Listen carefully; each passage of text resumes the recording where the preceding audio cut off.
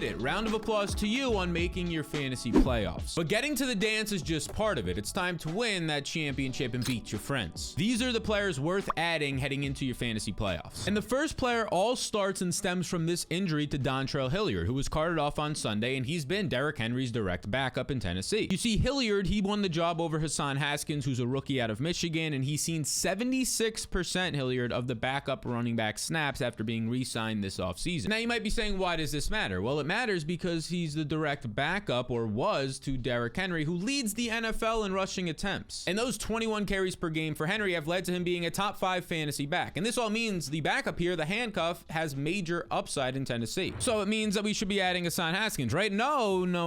He did not see any snaps this past week. It was actually another rookie in Julius Chestnut who saw 7 snaps after Dontrell Hilliard was carted off. And Chestnut, in his last full college season, he put up over 1,500 rushing yards. When you combine that with his receiving yards, over 1,700 total yards. Then there was the COVID year cut short. Then he was hurt his last year. So the last time we saw this guy out there seeing a workload, he was damn productive. And now maybe you're laughing about Julius Chestnut, but did you also laugh about Samaje Perine and Zonovan Knight, who currently are and have been league winners for many people? So he's worth a stash, and so is this next RB. And that RB shares a backfield with Christian McCaffrey, who was elite on Sunday, the second straight week being a top 2 running back in the NFL. 150 plus yards. He makes it look so easy on just 16 touches. And now here's the odd part. Even though he had all that production, he only saw 56%, basically 50-50 of the running back carries. Because the rookie Jordan Mason actually ended up going out there seeing a season high in snaps and 11 carries. He saw 44% of the carries. And now over the past 2 games, he's averaging 5.6 yards per touch, which is top 15 in the NFL during that time. And his snaps have now increased for 3 straight weeks to a season high 30% last week. Obviously, McCaffrey is the dude here, but like Derrick Henry, you want his backup. And McCaffrey has been on the injury report for 77% of the weeks this year. We know the past seasons that he's dealt with injury. We don't want this dude to get hurt, but if he does, Mason is going to step in. And speaking of players stepping in, we're looking at the Giants wide receiver room here. Well, that's all that's happened this season. Players have been stepping in because there's been injuries to Slayton and some other guys like Wan'Dale Robinson. There's been players traded away like Kadarius Toney and inconsistent play from guys like Kenny Golladay. But one wide receiver has been quietly producing and seeing more usage. Now let's discuss. That would be Isaiah Hodgins, who, look, his first start was in week 11. And in week 11, he ends up playing about 59% of the snaps. But since then, every single week, his usage and his targets have increased. 69% of the snaps,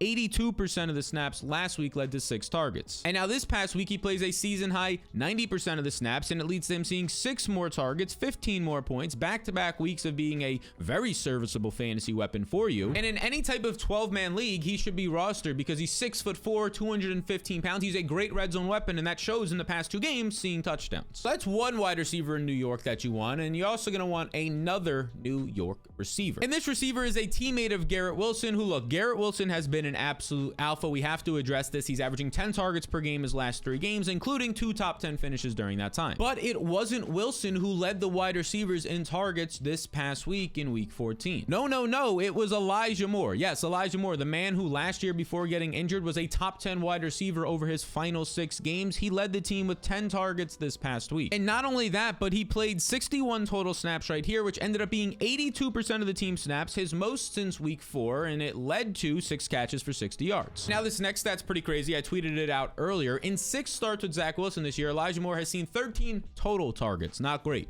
And then in 1 game this past week, he sees 10 with Mike White. Mike White is elevating him. So grab the second-year wide receiver as you're heading into your fantasy playoffs. He was fantastic last year, and he's starting to heat up, and then get this next rookie. And that rookie is a tight end. Now, he's not pictured on the screen right here, but a couple other rookie tight ends are. Cade Otton, Greg Dulcich. This was just last week when these 2 tight ends were the highest scoring. The rookie tight ends this year have had a rare, great season between these 2, Isaiah Likely in Baltimore and Daniel Bellinger for the Giants. But the guy I'm talking about today is none of those guys. This man has been trending, and he leads every tight end, not rookies, every tight end in the NFL in yards per route run. That's tight end efficiency. That is elite. And that man's name is Chigo Okonkwo out of Tennessee, who this past week was the number 3 overall scoring tight end, 18.5 points on 6 targets, and his usage has increased now for 3 straight games. In week 12, we saw his first main usage, 5 targets on 36% of the snaps, but since then they've increased each week to this past week, 6 targets on 55% of the snaps. The dude is an athletic freak. He has top 10% speed of all time, even though he's a massive 240 pounds. He has really nice bursts, and he's starting to be used a lot more in the red zone for this team. And honestly, without Treylon Burks, he's being used as the wide receiver 1. So go snag him and then snag this new quarterback who's about to see his first start. And that's the Atlanta quarterback, Desmond Ridder. He's a rookie, a 3rd-round rookie. And look, he's likely going to help the pass catchers, but he also has versatility possibility for you in your fantasy league. You see, Ridder in his 4-year career at Cincinnati ended up rushing a lot. I mean, over 500 yards, nearly 600 in 3 of his seasons, and he averaged 44 rushing yards per game. He has top 5 speed of all time at the position, and he's a really accurate quarterback. So there's some upside here for him down your fantasy stretch. And look, odds are the rookie quarterback doesn't do too much, but if he has one of these 60, 70 yards Justin Fields type rushing days because he's just as fast as him, well, now you're in a situation where you might have a guy winning you your league off the waivers. And according to Fantasy Pros, the Falcons and Desmond Ridder have the 7th easiest fantasy schedule for the quarterback position. So this is a nice spot, especially if you play in a 2-quarterback league, to go roster Desmond Ridder. So we jump from a rookie quarterback and now we go to a veteran running back, but we have to start by talking about his backfield running mate. And that's heading to Kansas City, where Isaiah Pacheco so far has been absolutely dominant. This past week, he produces 93 total yards on 16 touches. He now has 80 plus yards in 5 straight games. That's all great and well. He's rostered in most leagues, making him not the story in this backfield. The story is Jerick McKinnon, who was the highest scoring running back this past week after he put up over 130 yards, 2 touchdowns on just 13 touches. Now check this out. McKinnon ended up playing the majority of the snaps in this game. 57% was the second most he's seen on the year, and he is the trusted pass catcher, much more over this 7th round rookie in Isaiah Pacheco. You see, similar things happened last year with the Chiefs and McKinnon. Heading into the playoffs, he started playing 70 to 80% of the snaps as the main back because they trusted the veteran. So grab him if this is a trend that's going to continue in this great of an offense. Get him before your buddies do, and then snag this next guy. And this next guy shares a backfield with the running back 1 in fantasy football, Austin Eckler, who just makes it look easy. It was like he had a bad game and he still catches 8 balls, goes over 100 total yards, and remains the running back 1 after posting 24 fantasy points. Now, since he's the running back 1 in fantasy and this usage is elite, yeah, his backup, in my opinion, in every single league needs to be rostered. Yet, Joshua Kelly, who is his backup, is available in over 80% of leagues right now, and he just returned from injury a couple weeks ago in week 12. In week 12, he only played 22% of the snaps as he was limited, but then he became the clear backup, playing 39% of the snaps last week, and in this past week, 40% of the snaps. 40% of the snaps is a significant number. He needs to be rostered as he's immediately the RB2 after returning from injury, showing that this team trusts him. Now, a team that's really hard to trust is the Texans because, they're the Texans. They used 2 quarterbacks rotating this past week,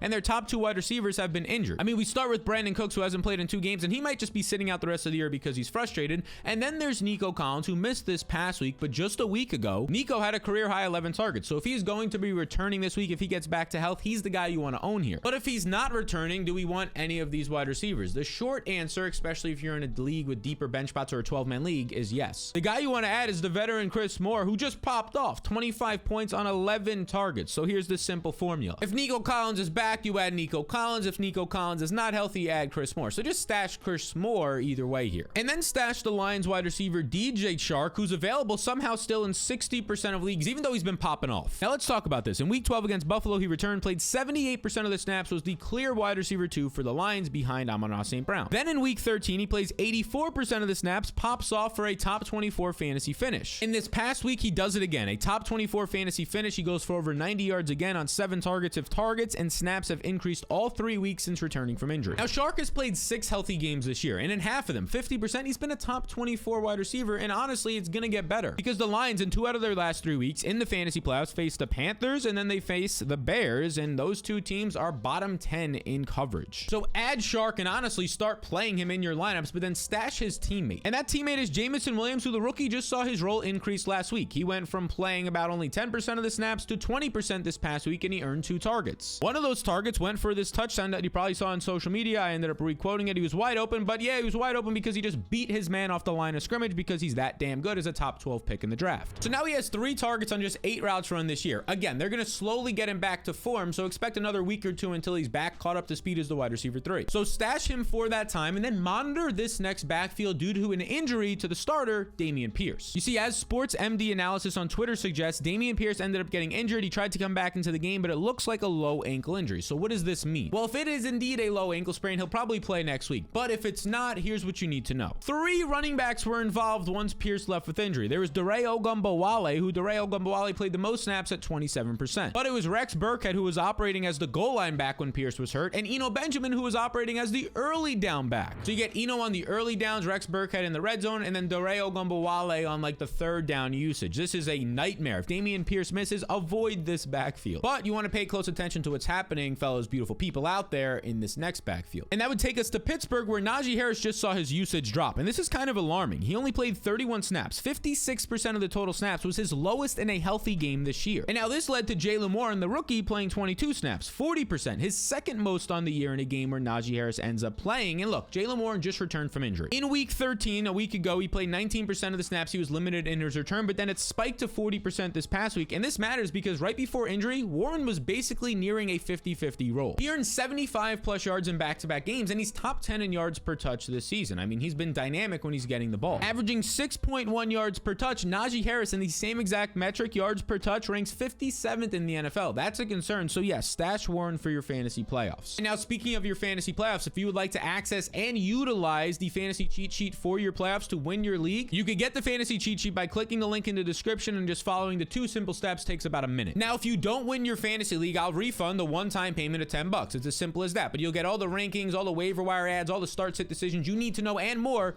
for your fantasy schedule. So click the link in the description below to access the risk-free fantasy cheat sheet with thousands of other people so you can dominate and smack around your league mates in the fantasy playoffs. Okay, let's talk about Trevor Lawrence and this Jags team. There's a player here we want to add, but man, Trevor Lawrence, the game of his life right here, completing 71% of his passes, over 350 yards, 3 touchdowns, but also 1 rushing, so 4 total, the #1 quarterback this past week. So the question in my mind immediately becomes, hey, if he's doing that, who benefited? The wide receivers had to pop off here, right? Well, yes, Zay Jones continued to have one of his breakout league-winning seasons for a late-round wide receiver when he goes for 21+ points. But outside of that, it was the tight end, Evan Ingram. The veteran posted 40 fantasy points this past week, 20 more than any other tight end on 15 targets, 2 touchdowns, 162 yards, a historic day for the tight end position. And somehow, Evan Ingram is still available in over 50% of fantasy leagues. If you didn't already want him this week, he is a must priority add because tight ends like this with this type of upside should not be available on the waivers this late in the year. And I could say the same exact thing for Donovan Peoples-Jones, who also just had a career day in just his second game with the quarterback Deshaun Watson. Jones had 12 targets, that's a career high. He had 114 yards, that's a career high. He posts like 22 fantasy points. Yeah, all of this is a career high for Donovan Peoples-Jones, who we've been saying for like 8 weeks now, add him because when Deshaun Watson returns, his upside is going to be massive. And we just saw that because Peoples-Jones has a lot of deep ball upside. He saw 4 out of the 5 deep attempts from Watson in this game. And that is very reminiscent